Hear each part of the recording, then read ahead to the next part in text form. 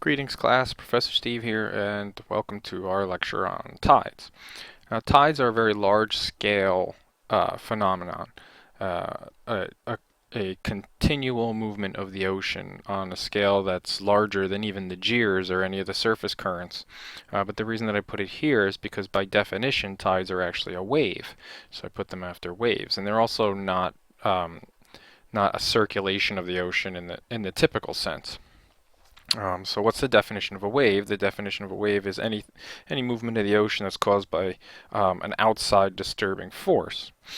Um, and so the tides are caused by outside disturbing forces, and so it's a wave.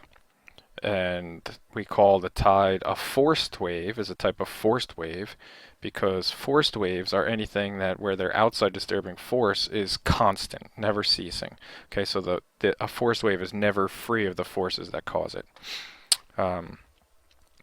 And the three main causes or things that govern tides in and of themselves show that the tides are never free from that force. And so two of those causes are gravitational pulls, and one of them is an inertial pull. So the first one, and the biggest one, is the gravitational force of the moon exerted on the Earth's oceans. The second one is the inertial force of the Earth-Moon rotation, and I'll explain that in detail in a minute, right? It's not the Earth's rotation, it's not the moon's rotation around the Earth, but it's the way the Earth and moon rotate together. And I'll explain that in detail in just a second. And the third force is the gravitational force of the sun exerted on the Earth's oceans. So first of all, just to recap, waves are energies moving through any media. And tides are the ocean's longest wave. And the reason being, they're either happening along one half of the Earth or the other, making the circumference of the Earth essentially the wavelength of a tide, which is approximately 20,000 kilometers.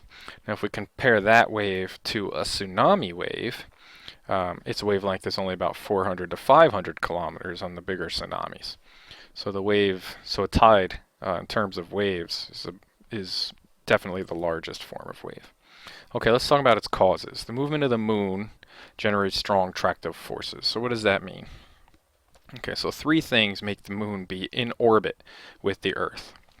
First of all, the Earth and the moon generate gravity against each other, right? The Earth has gravity, pulls the moon towards itself. The moon has gravity, pulls the Earth towards itself. The moon also has a directional inertia, so the moon's always traveling in this direction. Now, the pull of the Earth and the moon on each other balances the inertia of the moon wanting to go this way so perfectly that it puts these two planetoids in stable orbit. So it's a constant force. So that there's this constant force by the moon orbiting the Earth, pulling on the Earth, but the Earth is solid, and is not generally going to change shape. But the liquids on the Earth, the ocean, the fluids on the Earth, are not solid, and so they can be drawn towards the moon.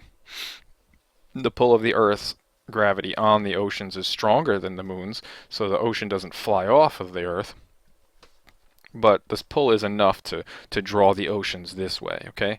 So that explains the bulge or the high tide on the side of the Earth wherever the moon is. And the moon will change angle in rotation throughout the year and throughout the month, and it's wherever that moon is directly where the high tide points. The second factor is the moon-Earth rotational system. Okay, so this is an inertial force, not a gravitational force. So the rotation of the moon and the Earth is slightly different than probably what you intuitively think. The moon does not rotate. So first of all, let me just point out, remember that the Earth rotates on its own, right? Independent of the moon. It has our 24-hour rotation, right? That's our solar day. But then the moon and the Earth have a rotation as well. But the moon does not rotate around the center of the Earth, but they rotate around each other around the center of the gravitational pull.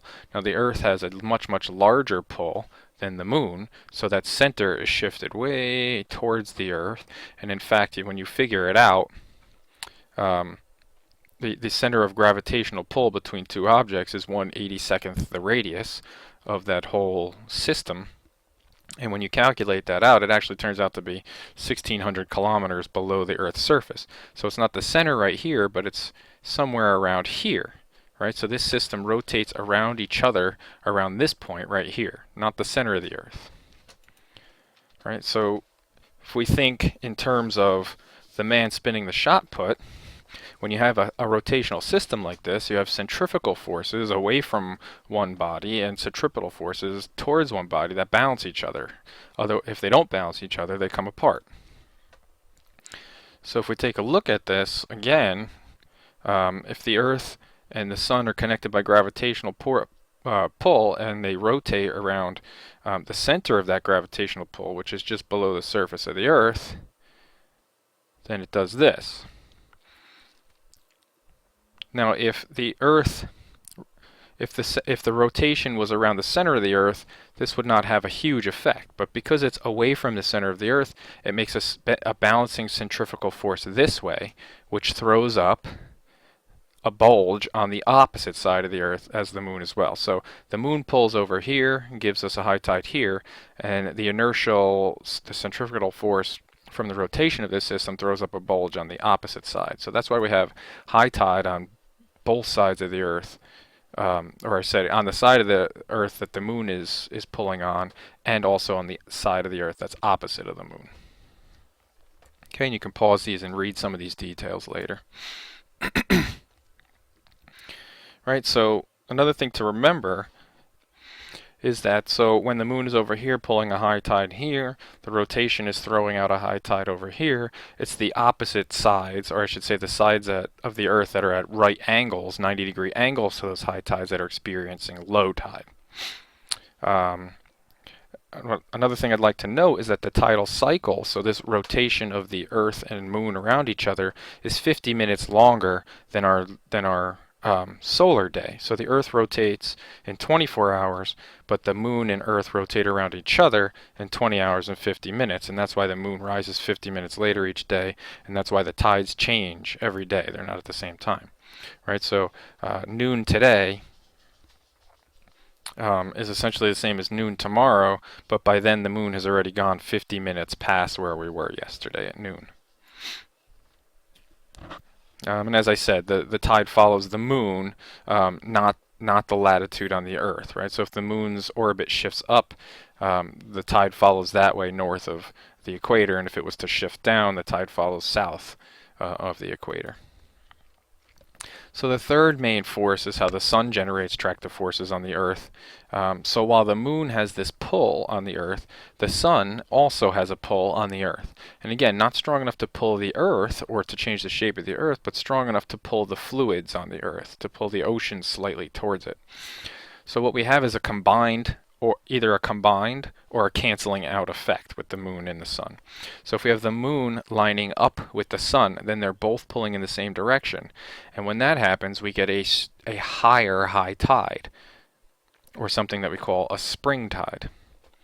And when we have the Moon at a right angle to the Sun's trajectory to the Earth, then they cancel each other out a little bit. So we have, instead of a really high tide where the Moon is, because the Moon is so much closer, it has a stronger effect on the Earth than the Sun does.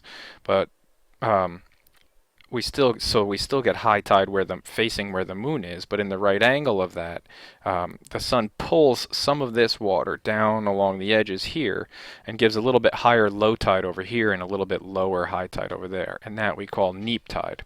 So the highest high tides are spring tides, the lowest lowest high tides are neap tides, and when we have the lowest high tide, we actually have the highest low tide. Alright, so here it is in a different rendition, right? Sun at a right angle to the Moon, we have a neap tide, right? So we see that really you could think of it as the oceans being more evenly spread out around the Earth. When the Sun is in line with the Moon, either in this orientation, the Moon on the same side, or in this orientation with the Moon on the far side, we have a spring tide. And so that is the high tides are much higher and the low tides are much lower because the water's stretched out more thinly this way. And you could see that if we record the actual tide. So here's high and low tide at different places on the Earth. One in New York, one in Australia, and you can see this is time throughout the month. And we see that we have a spring tide here. We have much higher changes in tidal level here during a spring tide than we do during a neap tide. And then we get another spring tide, a higher spring tide, probably when the moon is in line on the same side as the Earth instead of the opposite side. And we get the same pattern, spring tide, neap tide, spring tide in Australia. And this also points out how different tidal patterns can be in two different places on the Earth.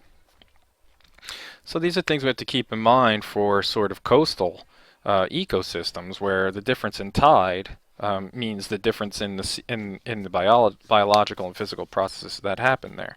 Right? Strong tides can affect the shaping of the coast. Strong tides can affect, in the steepness of our coast, whether we're rocky intertidal or whether we're estuarine, can affect who lives there. Another thing I'd like to point out is the center of tidal action. So you can picture the tides going back and forth a little bit, following the moon essentially around the Earth.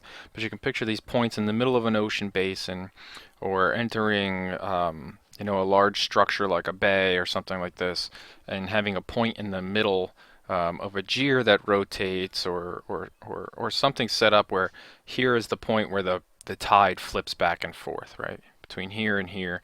Tide goes from here to there, from high to low to high to low, and we call that an amphidromic point. So that point where it flips back and forth, there actually is no tide.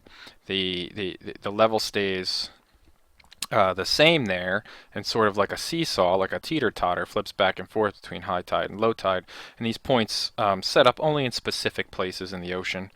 We call that an amphidromic point, or a no tide point, right? So the sea level doesn't change, but it changes on the sides all around it. These can happen in closed portions of ocean, enclosed by a bay, enclosed by island arcs or other continental structures, and the tide would sort of sweep around the outside of this amphidromic point, but in the middle there's no tide. Here are some other points, some patterns that vary with the ocean in very narrow, restricted areas, like a certain types of bays or inlets. You can have a true amphidromic point develop. Another thing that affects tidal patterns is sloshing. Right, so you could have the tide go, and this used to animate for me, but it doesn't here, so you can go to this link here and have it animate, sloshing back and forth. So the tide gets pulled one way, but once that tidal force is released, it's allowed to slosh back the other way, just like if you were to take your hand and push it across a bowl of water, or even your bathtub, and send the water to one side, it sloshes back the other way. This happens on a very large and slow and barely noticeable scale in the ocean, but it can affect how often and how large a tide is. And so when you take all these things together, so the three forces that cause the tide, the amphidromic points, and then sloshing that you get across certain ocean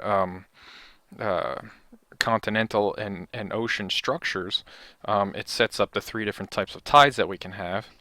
So we can have the semi-diurnal tide, which is the most common. So that's two high tides and two low tides per day. And that's what we see off of our Atlantic coast here.